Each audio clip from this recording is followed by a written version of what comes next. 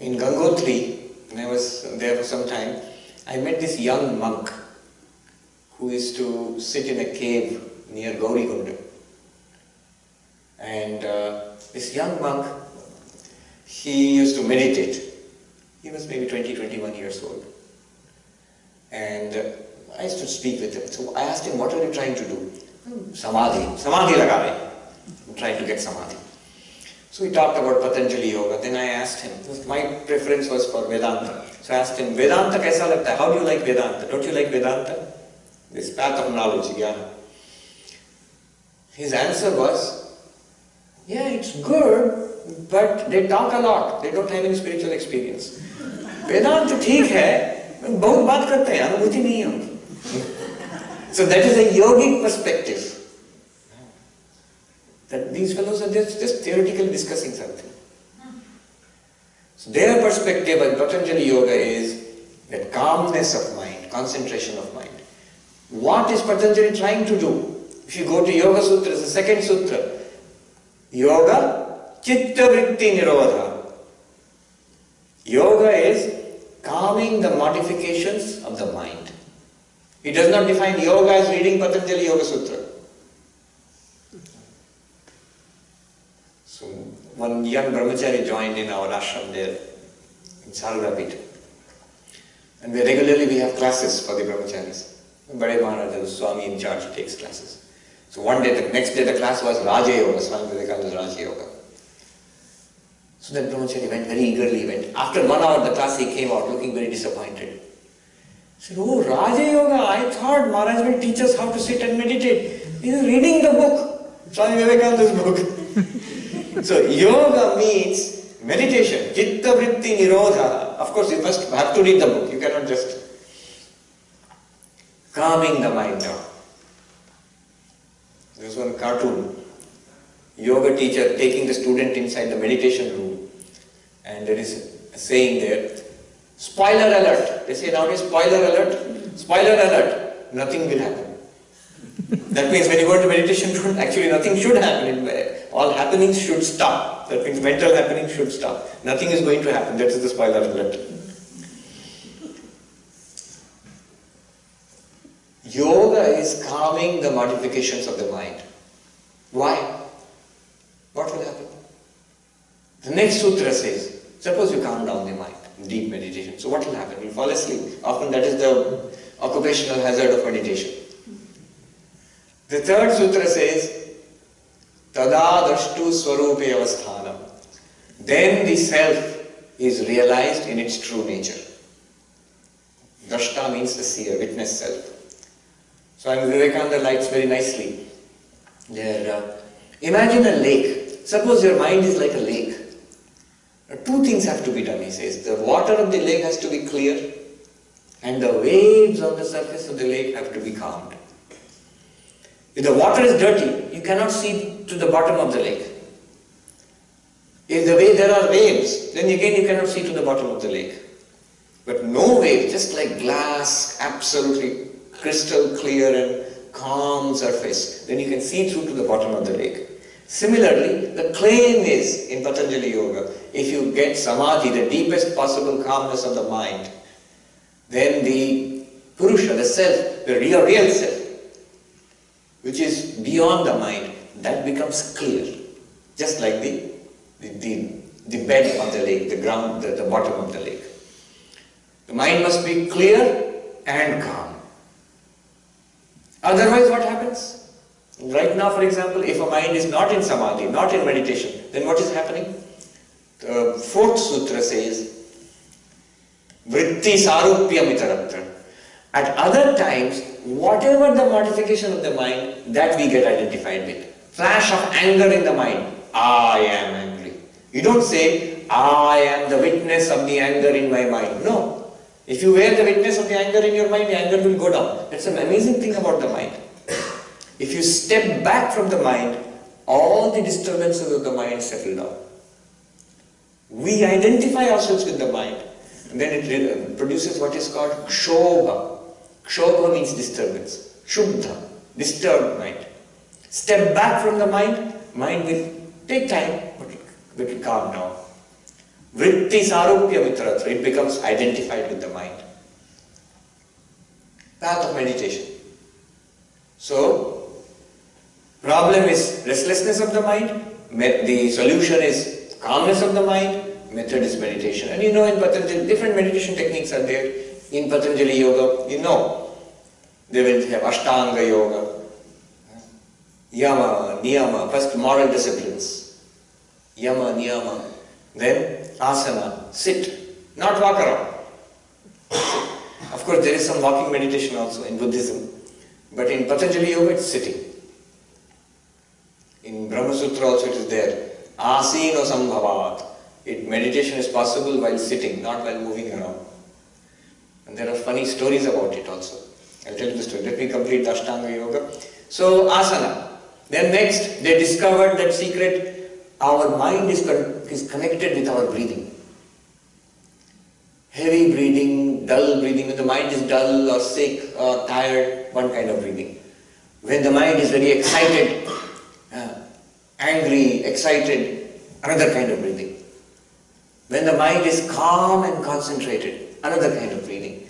So they got this idea that suppose I take that kind of breathing which is there when the mind is concentrated and then practice that breathing, will the mind become concentrated backwards? Yes, they found yes, it works. Very difficult to catch hold of the mind. In the Gita, Arjuna said, this meditation you have taught me, O Krishna, 6th chapter. After Krishna gives a beautiful lesson on meditation, Arjuna says useless. Won't work. Why? Because to control the mind is like trying to control the wind. Vayu riva sudushkaram. Very difficult. So they discovered that one method is, if you control the breath, at least we have some voluntary control over the breath. So pranayama, many techniques of pranayama were developed. And after controlling the breath, mind calms down, then you are able to withdraw the senses, pratyahara, withdrawing the senses, not seeing, not paying attention to. Here nowadays they put plugs in the ear plug is available. Pratyahara, withdrawal of the senses. Then dharana, focusing the mind on one thought, maybe Om or Krishna or a mantra or some light, something like that. Patanjali Yoga is also very impersonal. It does not say you have to believe in Shiva or something. It's a technique. Dharana. And that dharana becomes deepened into dhyana. Dhyana means meditation. So meditation is actually the 7th stage in an 8-step process, or 8 limbs are there of Ashtanga Yoga. The 7th limb is meditation. So when people come and say, Dhyan sikhaiye, teach me meditation, not so easy. I'm trying to meditate, the common complaint all over the world. Maharaj, my mind is wandering here and there. I cannot meditate. Meditation is the 7th step in an 8-step process. Not at all easy. All the others have to be completed before you come to real meditation. So unbroken flow of the modifications of the mind on one object. The story, very funny story. You know Ashtanga Yoga, Dhyana, and then last one is Samadhi, the 8th step. So they are all limbs, and actually all of these, Dhyana and Samadhi, all of these, they lead to this highest Samadhi. Actually, technically speaking, Asampragyata Samadhi, Nirvikalpa Samadhi is the ultimate goal, and all these 8, including Savikalpa Samadhi or Asampragyata Samadhi, they are all steps, or technically more correctly, limbs to lead to that Samadhi, highest Samadhi. So the funny story is, somebody went to a yogi and said, Dhyan sikhaiye, teach me meditation. Patanjali Yoga, you know the process. Well, first yama and niyama, you must tell the truth. You must be non-violent. You must be self-controlled. All the moral disciplines is telling. And this man becomes restless. He says, I know all these things. These are boring things, telling the truth and self-control. I know all these things. From kindergarten we have been told, be a good boy, tell the truth. You, aap humko pranayama sikhaiye, dhyan, dharana, dhyan sikhaiye, asana sikhaiye. Just skip ahead. Teach me how to say it, meditation, breathing, these things you teach me. not the first two, Yama Niyama. And this works nicely in Hindi, then translate afterwards. The yoga teacher said, आप Ashtanga Yoga सीखेंगे या विकलांग योग सीखेंगे? Are you going to learn the 8-limbed yoga or handicapped yoga? I mean, two limbs you are cutting out. Yama Niyama. That is why dhyana does not work, because the preliminaries are not observed. One Swami was saying, actually Puri Shankaracharya once say, I heard him say, not directly lecture, I heard, that Yama Niyam, bin Yama Niyam ke yog, bin Samadhama ke Vedanta, ये बहुत अनर्थ करते हैं. Without the moral prerequisites, if you practice yoga, this is damaging to spiritual life. Without the same moral prerequisites, if one goes into Vedanta, this is damaging to spiritual life. One cannot make progress. So morals, a moral life, ethical life is the basis of spiritual life. One can be a moral person, ethical person without being particularly religious or spiritual. One can still be a good person. But the opposite is not possible. One cannot be a spiritual person, a religious person, without being a moral person first.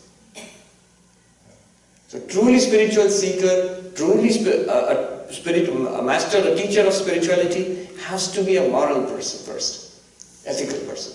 That's why these preliminaries are there. So this is one path. I have not forgotten what I am saying. One path of yoga, meditation. Because they say the problem is scatteredness of the mind. Another path. The master of bhakti comes, the teacher of love of God comes and says, no, scatteredness of the mind is not the problem. And meditation is not the solution. Ajnana, ignorance, not the problem. Jnana also not the solution. The problem is abhakti, lack of faith in God, lack of love of God, lack of surrender to God. This is the problem. And the solution is bhakti. Start by faith. You believe so many things. You say, no, how can I believe just like that? Well, you believe just like that many things, including stock market and everything we believe. And get cheated also. We believe so many things. Why not have a little belief in God? Start with little belief in God. Love of God, surrender to God, faith in God. It will solve your problems. Your concentration of mind, what you love, automatically your mind gets concentrated there without dharana, dhyana, asana, pranayama, all that. No. Without that it gets concentrated. What about jnana? Clear demonstration in gospel by sheer bhakti to Divine Mother. Sri Ramakrishna says, what is there in Veda Vedanta, the Divine Mother has shown me. Again and again in Gita, Bhagavan Krishna says in the Gita, if you have devotion to me, if your mind is settled on me, I shall give you jnana. We just chanted today. Those whose minds are constantly on me, by the light, jnana dipena bhasvata, by the bright light of jnana, I destroy their ajnana. You jnanis, you are saying, ajnana, ignorance is the problem, and jnana is the solution. We bhaktas, we say, your ignorance will be removed by jnana. God will give that jnana. You don't have to go to Shravan, Manan, Nididhyasana, 12 systems of philosophy and all. Not necessary. Now, what I am trying to say is, if you step back from all of this, you clearly see one thing. As the problem, according to that, the path. Ignorance is problem, jnana is solution. Knowledge is solution. Restlessness of mind is problem, concentration of mind, meditation is solution. Yoga is the solution. Lack of faith in God, lack of faith, lack of love, devotion, then bhakti is the solution. Very nice. What are we to do? Now, this is well known, but now is my comment on this. If I am honest, I look within myself, what is my problem? All three are my problems. Do I have jnana? Am I ajnani? Ajnana. So jnana will be helpful for me. Is my mind restless? Oh, very restless. Then meditation will be helpful for me. Do I have faith in God? Not enough, maybe very little. So faith in God is required. Bhakti will be useful for me. All are useful for me. So all these paths, that's why Swami Vivekananda recommended the 4 paths. Jnana, Karma, Bhakti and Yoga, meditation. Harmony of these paths is necessary. Oh, I forgot to tell you the funny story about walking meditation, sitting meditation. Asana. Why the story is coming is, in the Ashtanga Yoga, the third limb is asana. Yama, niyama, asana. Asana means sitting. How to sit. Somebody said, wo bhi seekhna padega. How to sit. Yes, how to sit and how to breathe. We have been breathing since childhood. Somebody said it's a good practice. I recommend it, breathing. Otherwise, you'll die. But breathing also. I think B.K. Iyengar, when he came to this country, USA, Canada and all, in his book, I think Lines on Yoga perhaps, he mentions that one thing struck me about people in the West is they're hardly breathing at all. When they come to learn yoga to my yoga class, nowadays they call it yoga studio, when they come to the school, I see they're hardly breathing. Breathing with the top of their lungs. Should breathe from the diaphragm below and come up to fill up full lung capacity, or at least most of it. Even breathing has to be learned. Sitting has to be learned. Most of us do not know how to sit. That's why we get aches and pains and we cannot sit for a long time. Anyway, the funny story is this. That this goes back to the 6 systems of philosophy I told you about. Now the founder of the system of Akshapada Gautama, the founder of the Nyaya system, yes. So Gautama was the founder of the Nyaya system. He used to practice this. He would walk and meditate. Now the usual disaster happened, what you would predict. He tripped and fell. He was doing it in the Himalayas, even worse. Thank God he did not fall down from a gorge. He became very angry with the Himalayas. Why did they make me fall? So he cursed the Himalayas, become flat. So I can walk and meditate. The Himalayas were terrified, they went to the gods and the gods came to, this was a mythical story. They came to Gautama and said, why not sit and meditate? And Gautama said, where is it written that you have to sit and meditate? I think it was before Patanjali wrote his Yoga Sutras. So what to do? I will not sit and meditate, I will walk and meditate. Finally the gods, what they did was, they installed one upgrade, now we will call it, one eye sensor on his foot. Aksha, eye, on his foot. That's why he's called Akshapada. One who has got eye on the foot. And so that he can walk around and meditate and see where the stones are. So, many such funny stories you will find here. Though the more realistic meaning of that word Akshapada probably is, when he would walk, he would keep his eyes on his feet, and he would not look here and there, concentrated. So Gautama has one name, Akshapada. If you Google it, you will find. Yes. You will not find this story. Akshapada Gautama, yes, not Kanava. Anyway, that's a story. But meditation should be practiced sitting. Even in Brahma Sutras, there is a sutra, Asino Sambhavat, it's possible while sitting. So all the practices are good for us. I'm running out of time.